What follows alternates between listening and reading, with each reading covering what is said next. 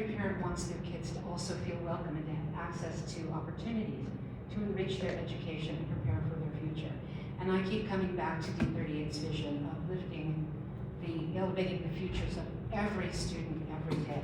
That makes this a sort of challenging thing. Recently, the school board voted unanimously not to join in on the CHASA lawsuit, but they issued a statement supporting all student athletes and ensuring that all student athletes will feel safe and have a fair environment.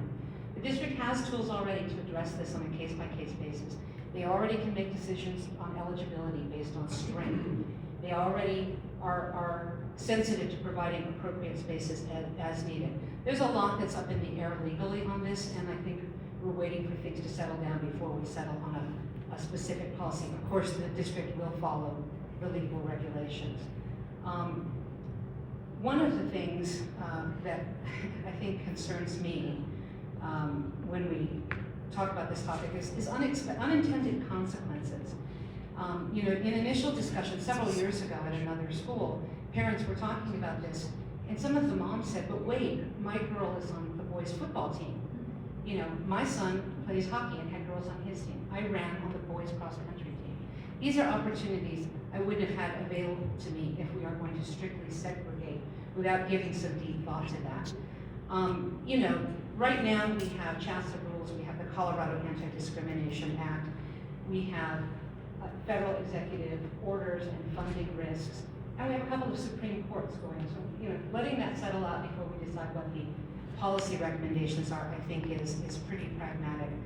I'm very concerned that when we start to demonize groups and when people are divided into groups because of inherent characteristics or differences, whether it's physical, whether it's how they look, whether it's how they express themselves, a lack of knowledge can lead to fear or fear-mongering. Thank you, we're out of time. Thank you.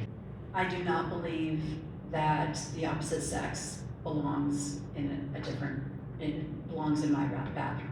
I believe that you should go to the bathroom, to the locker room that you, based on the gender that you are assigned at birth. I don't believe that the boys should compete in girls' athletics. They are physiologically different. It's not an equal competition.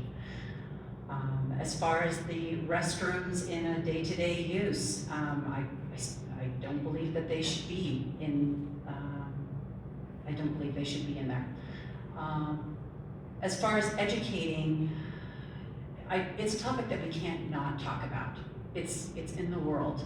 I think that it needs to be discussed, but not necessarily as part. I think it should be discussed as part of a critical thinking path. A way to discuss things as teach our students how to discuss them and think about everything and think about everything involved with everything. And so just, I don't think that it should be avoided in the school necessarily, but I don't think that it should be a main point of focus. But it can be used as a teaching path, to teach them to think critically.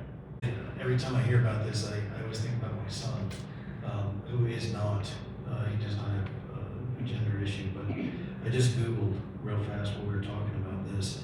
Let's see, social anxiety disorder, general anxiety disorder, panic disorder, PTSD, past humiliation, autism spectrum, ADHD, and the list goes on.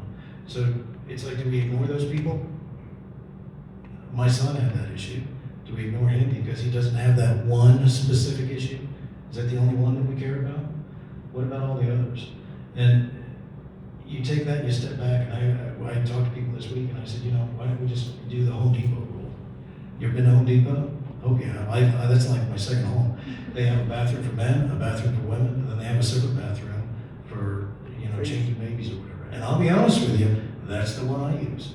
Because I've been in the men's bathroom and I don't want to go in there. So it shouldn't be, you know, it's like, wow, you really want to go in there? I don't think so. The other thing is transparency and community representation. And what I mean by that is that I played varsity soccer, varsity tennis, rugby, etc., etc. I was involved in sports. I would challenge any woman to get on the field with me with anything. It's not going to work. So trying to go in and say, well, for one reason or another, we think this is a good idea, it's not. men are in men's sports, women are in women's sports, and the very least of which, it's when you hand a trophy to somebody, and it's a guy who is transitioning, and he beats a woman in a woman's sport. Well, did he earn it? I can tell you that if I started transitioning tomorrow, I could probably go out and beat. I'm 61 years old, and I could still beat a lot of people. So no, the answer is women do not belong in men's, or men do not belong in women's sports. If they did, women would be trying to get in men's sports, which I don't see that happening either. So, am I right? That's the end of my sentence.